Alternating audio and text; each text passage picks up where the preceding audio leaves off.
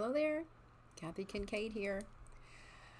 I am really amazed at our experience in the world today, and it has brought me into some soul searching. So I hear from you, and I understand you're doing the same thing. So I thought I would relate it to you in a video. Do the same if you like. I am. I understand. I can only understand what I can understand, and some of it I'm not quite ready to hear. Do you ever read sacred readings and you're not quite ready to go there yet, so you have to put the book down and step back into it maybe a couple of years later, and you think, oh, I didn't get it before? That's kind of how I feel with the world news right now. I'm not quite ready for this chapter. Okay, so that is the work of the together of us. And so if I'm not ready for the together of us, I'll go back into my own singular work. And my what, and the why. Now, working with our daily lives can save our world. When you look around and notice what you're noticing, notice how you perceive it, you see what is for you. And the outer world and how we see it can be a great teacher for those with eyes to see. How we see the world around us is somehow linked to how we see ourselves. I didn't make that up. That's old news. So it's a chapter maybe some of us aren't ready to deal with yet. Many times I'm not. So to change the quality of our world, our ordinary day, to work with our day in a different way will unfold as a change in our world when we just shift a little. Now, why would we do this? Well, unfolding is what we do naturally. It's natural to grow. Things like settling for, like I'll settle for that, also unfold. And they unfold into this. That's just the way it is. See? That's how it folds. It unfolds naturally. And you're following the trajectory of your beliefs with complete faith in those beliefs and a total expectation, and you will get what you're looking for. Still workable whether you stay with this what, that's what's happening, that's the way it is, that's a what, or if you go with another what, maybe try something new. And then we can discover our why by working with our what. Okay, so let's just say we're following the trajectory of this is the way it's always been. Okay, could be always, meaning how long, and how did it start? All those questions are fine. And then you get into the why. Why do we do it that way? It's that old story of the family cooking the dinner. I'm sure you've heard it, where they say, oh, we always have to cut the ends off the ham and put it in the pan. Well, why do we have to cut the ends off the ham? I don't know. Granny always cut the ends off the ham.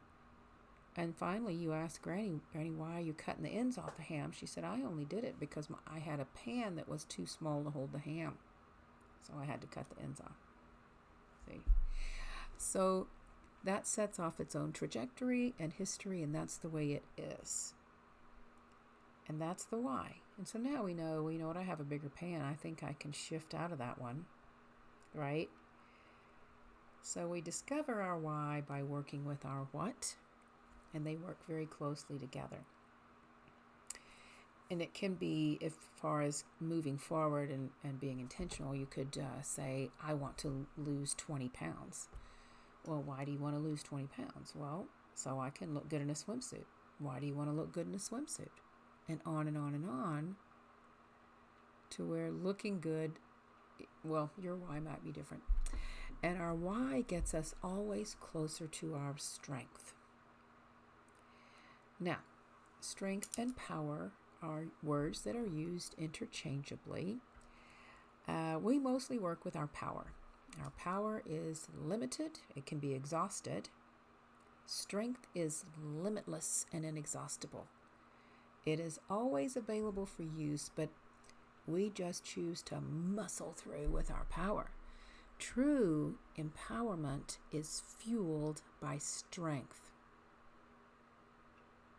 Power fueling power is short term. We don't really need more energy. We are energy. And when we feel depleted, the light bulb can go off because we can see that we've been relying on our power alone, not linked to our strength.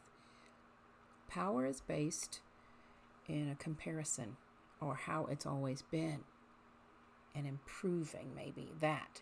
Strength needs no reference point. It's pure potentiality. And we get to our strength by suspending our power and being in our creative mind for a little bit. Strength works with creative mind. Power works with competitive mind or comparing. Both are useful. Having a better year than last year, power. Living a truer life, strength. So what happens when you use both power and strength? What happens when your power is fueled by strength? You get wisdom. And with wisdom now, we can encompass the things around us and not be thrown off so much. We're in our creative mind rather than reacting. Same letters, different formula. So we can move into weeding and seeding. Because change is inevitable, suffering is optional, change is growth, change is natural. The only constant is change. And when things change that we hadn't planned on, and it's coming at us as a change, it can be very scary. So now we're working with letting go of the fear of transition and change, and that will allow us all to age well and live well in community. So we practice helpful thoughts. As we age, we could really build up a lot of hard knocks. It's not just our arteries that harden. It's our thoughts.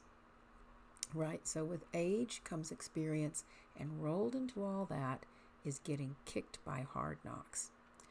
And because we don't want to get kicked anymore, we just kick them back. But we could also just pull those weeds. Just pull them. Step away from them.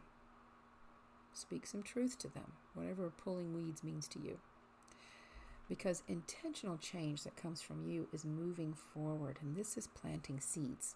So to change any patterns does require some weeding and seeding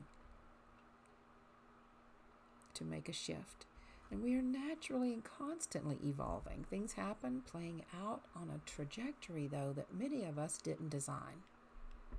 This world mess that we're in right now, I don't know if anybody designed it, but I didn't. And so we've been taught to muddle through and overcome. But even in the past year, we've changed. And we've evolved through the years. We moved out of diapers, out of 5th grade, out of youth. So I really invite everyone to, as you're already doing in many ways, I'm kind of preaching to the choir here, but let's experiment more with intentional change. Now, power uses goal language, the goals. Strength relies on power to bring the vision to life. So if they stay connected, the goal is connected to the source that your strength is. Working with our power alone is like spending. Linking it to strength is investing in long term. It's watchful, it's prepared. So invest in you. Disappointment and not being seen and heard was my shtick for I don't know how long. I finally realized I couldn't blame anybody. My strength says, you ain't showing up. You're just taking care of their needs. So show up as your unique, brilliant self. We need that from you, and you need that from us. And it won't happen in your world until you show up. It won't happen in the world until we show up. And we can't hold everyone else to our intentions, but we have to learn to work with our intentions together. Our intentions, many times we can't even remember what they are. We get caught up in the day. I make my lunch, I go to work, I come home and relax, and I do that for a week. And I've even forgotten what it was I was going to do other than that. And I call myself the spin goddess. But my real vision is, as a collective, is I want to help move the trajectory of the world's outdated paradigm by rapidly increasing the momentum of the unfolding wisdom culture. Move us right out of power and into strength. Both, but strength as source. And we do this work alone together. You see, as each of us does our individual work, we feed the collective in new ways. So, we do the work alone together. Life always meets us where we are, and in my experience, it simply matches my level of interest and current conditioning. If I feel like there's nothing I can do about it, not interested, it doesn't go away. It'll come back. Okay, she's not interested. We'll try again later. So staying connected to the flow of me in my world, in our world, is important. So we do this flow business by identifying our own what and why. What am I going through? Why? Why am I going through it? What do I want to go through or prefer to go through, and why? And then sticking with that. That's your new trajectory, if that's what you want to do. Experiencing your own power or strength in different times of day. Oh man, or reflecting back. Oh, I think I was acting out of my power there. Anyway, there are other ways to describe that, but power and strength is how I relate with it. And then identifying the weeds and seeds that you're working with. I'm not just kicking back. When I feel kicked, I'm not just going to kick them back. I might kick them back, but that's not the goal. That is unconscious reaction from my own conditioning, right? Oh yeah. But when I'm coming from my strength, I can just be honest. And many times those hard knocks happen to get me in touch with my strength. So experiencing in your own experience, feeling the difference between power and strength, and identify your weeds and seeds. You know, I thought I pulled that weed. Get the root, right? And what seeds are you planting here? All of this work leads you on your trajectory, your wisdom. And when enough of us gather in this new shared strength, and I say new, it's not like, oh good, I did it. It's constant. I mean, now we are responding to world situations that I'm not even a part of, except my observation, but I can shrink it down. And in some ways, I'm experiencing that trouble myself, because that explains why I see it that way. We're linked.